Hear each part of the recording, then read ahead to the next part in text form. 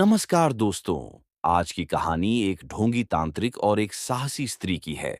नदी के किनारे एक छोटा सा गांव था। नाम था सूर्यपुर। गांव के लोग बहुत ही सरल, सीधे और भक्तिपरायण थे। एक दिन उस गांव में एक तांत्रिक आ पहुंचा। उसने अपना नाम बताया, त्रिलोचन बाबा। सिर पर जटा, गले में रुद्राक्ष की माला, माथे पर चंदन का तिलक। उसे देखते ही लोग उसे बड़ा साधु समझने लगे। वह दावा करता था कि उसके पास अलौकिक शक्तियां हैं। वह भाग्य बदल सकता है, बीमारियां ठीक कर सकता है। धीरे धीरे गांव के लोग उसके भक्त बन गए। कोई संतान के लिए आशीर्वाद लेने आता, कोई धन संपत्ति के लिए, तो कोई अपने दुख दूर करने के लिए।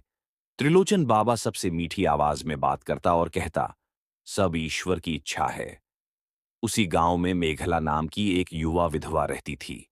कुछ साल पहले उसके पति की मृत्यु हो गई थी। वह सिलाई का काम करके घर चलाती थी और अपने छोटे भाई को पढ़ा लिखा कर बड़ा कर रही थी।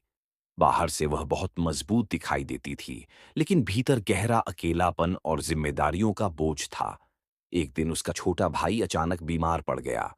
बहुत इलाज कराने के बाद भी वह पूरी तरह ठीक नहीं हो रहा था।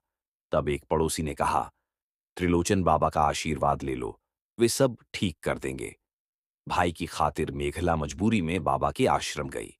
बाबा कुछ देर आंखें बंद करके बैठे रहे, फिर बोले, तुम्हारी जिंदगी में अशुभ छाया है, विशेष गुप्त साधना करनी होगी, लेकिन यह साधना सबके सामने नहीं की जा सकती। मेघला के मन में असहजता पैदा हुई।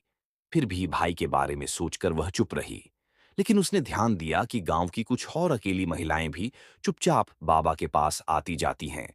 उनकी आंखों में डर और शर्म झलकती थी। एक रात बाबा के बुलाने पर वह आश्रम गई, लेकिन इस बार वह सतर्क थी। उसने चुपके से अपने फोन में रिकॉर्डिंग चालू कर दी। बाबा मीठी आवाज में बोले, इस साधना के द्वारा तुम और मैं एक पवित्र बंधन में बंधेंगे। यह आध्यात्मिक मिलन है, इससे तुम्हारे सारे दुख दूर हो जाएंगे। ये सुनते ही मेघला समझ गई, ये धर्म नहीं, धोखा है। वह शांतिपूर्वक वहां से बाहर आ गई। अगले दिन उसने गांव की कुछ महिलाओं से बात की। पहले तो कोई कुछ कहने को तैयार नहीं था। समाज का डर और बदनामी का भय उन्हें चुप रखे हुए था। लेकिन मेघला ने कहा, अगर हम चुप रहेंगे तो वह और भी कई लोगों को फंसाएगा। धीरे धीरे कुछ महिलाओं ने हिम्मत जुटाई। उन्होंने अपने अनुभव साझा किए।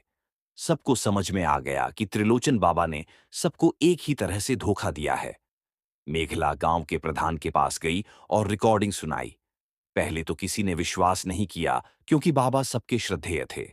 लेकिन सबूत साफ था। एक एक करके और महिलाएं भी सामने आईं और सच बताया। त्रिलोचन बाबा ने सब आरोपों से इनकार किया। उसने कहा, मुझे बदनाम किया जा रहा है। लेकिन अब उसका मुखौटा उतर चुका था। गांव वालों को समझ आ गया कि भक्ति के नाम पर एक ढोंगी छिपा हुआ था। अंततः उसे गांव से निकाल दिया गया और कानून के हवाले कर दिया गया। गांव में फिर से शांति लौट आई। महिलाएं अधिक जागरूक हो गईं। मेघला साहस की प्रतीक बन गई। उसने सबको कहा, सच्चा साधु कभी डर नहीं दिखाता, कभी गुप्त काम करने को नहीं कहता। जो धर्म के नाम पर शर्म और भय पैदा करे, वह ढोंगी है। दोस्तों, ये कहानी हमें सिखाती है, अंधविश्वास नहीं, जागरूकता और साहस ही असली शक्ति है।